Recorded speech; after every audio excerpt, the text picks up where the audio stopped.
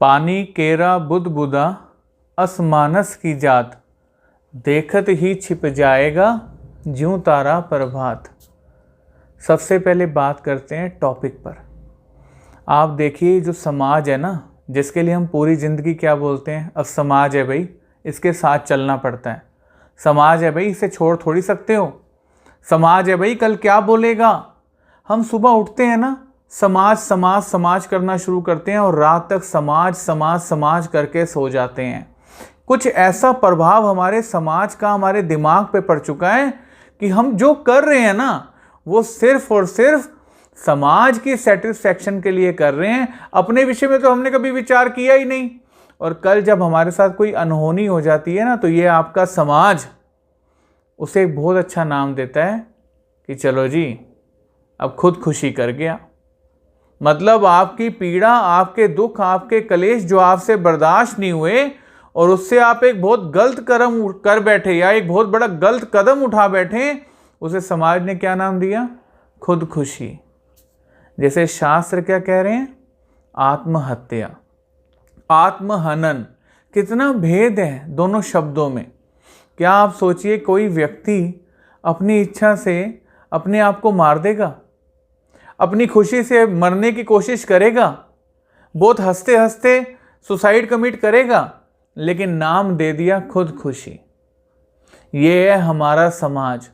और सबसे ज़्यादा इंसान जो आज हरास है, जो परेशान है, जो तकलीफ़ों में है ना, वो अपने द्वारा तैयार किए समाज के कारण है। हर जगह समाज से पैर मिलाकर चलने की आदत इसे इतनी तकलीफ़ों में ले जा चुकी है कि पीस को तो भूल ही गया है, मानसिक शांति से बहुत दूर हो गया है।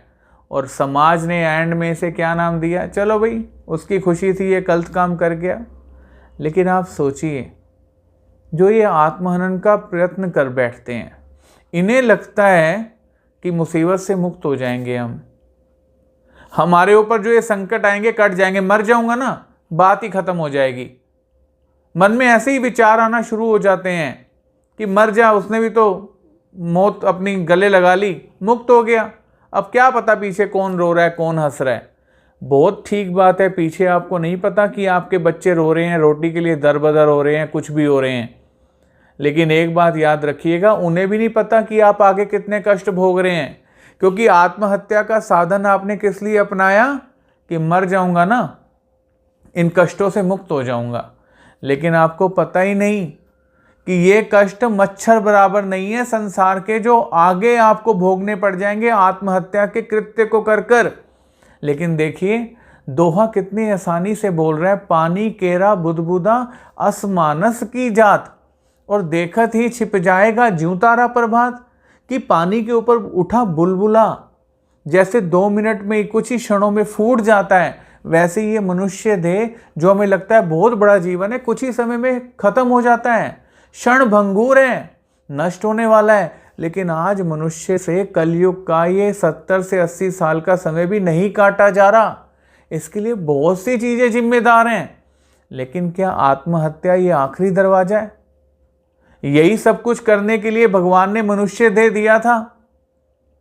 आप अपने आसपास, अपने नज़दीक किसी ऐसे व्यक्ति को देखें जो हरास है ना, उसे आपको कुछ देने की जरूरत नहीं है, लेकिन 4 अच्छे शब्द देकर आप उसे मोटिवेट कर सकते हैं, निरुत्साह से उत्साह की ओर लेके जा सकते हैं कि तू हार मत, तू जीत जाएगा, तू प्रयत्न कर, हम तेरे साथ है ना। लेकिन आज ऐसे शब्द बोलने भी मुश्किल हो गए हैं। हम कहते हैं हमें क्या लेना जी, वो जाने उसका क्या, हम जाने भोगता फिरेगा। कितनी जल्दी निर्दयी भाव से हम ये शब्द बोल देते हैं। आप देखिए अर्जुन युद्ध क्षेत्र में अपने समाज को सामने खड़ा देखकर भगवत गीता को पढ़कर उसे समझने और देखने के भिन्न भिन्न दृष्टिकोण है। आप देखिए अर्जुन किसको देख के घबरा गया है? सिर्फ अपने समाज को। प्रथम अध्याय में भगवान श्री कृष्ण को कह रहा है, महाराज जिनके लिए सुख चाहिए, जिनके लिए ऐश्वर्य चाहिए, राज्य चाहिए, वो यहां सब तो सामने आके खड़े हो गए हैं, मरने मारने के लिए तैयार हो गए हैं। मेरे साले भाई बंधु गुरु पिता पितामह सारे के सारे मरने के लिए तैयार हैं। महाराज मुझसे ये युद्ध नहीं होगा, मैं नहीं लड़ पाऊंगा ये युद्ध, मेरा शरीर कांप रहा है, पसीना पसीना हुआ पड़ा हूं महाराज, मैं युद्ध नहीं कर पाऊंगा। अपने कर्तव्य से अर्जुन विमुख हो रहे हैं। जब संसार में हम अपने कर्तव्यों से, रिस्पॉन्सिबिलिटीज से, जिम्मेवारियों से मुंह चुराने लग जाते हैं ना, तब हमारा यही हाल होता है। उस समय हमें जरूरत होती है एक उत्साह की, उस समय जरूरत होती है एक ऐसे मित्र की, एक ऐसे गुरु की जो हमें इस मुसीबत से खड़ा करे, क्योंकि हर व्यक्ति मुसीबत से खड़ा होकर ही आगे बढ़ता है। और उसके लिए उसे ऐसे सम्मानित मित्र, गुरु, रिश्तेदार जोड़ने होते हैं जो हर विकट परिस्थिति में उसे उठाएं।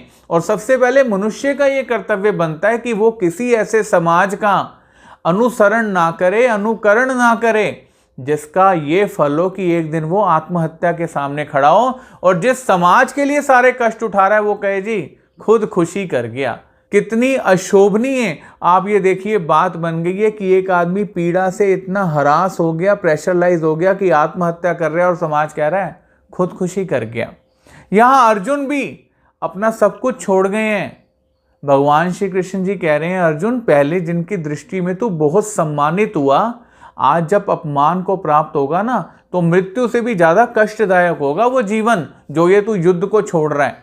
यहां भगवान श्री कृष्ण समाज में एक व्यक्ति को अपने उत्तरदायित्वों से मुख विमुख करने से रोक रहे हैं, क्योंकि अब ये कंडीशन तेरे सामने आई है, तुझे इसे निभाना ही पड़ेगा, आगे बढ़ना ही पड़ेगा।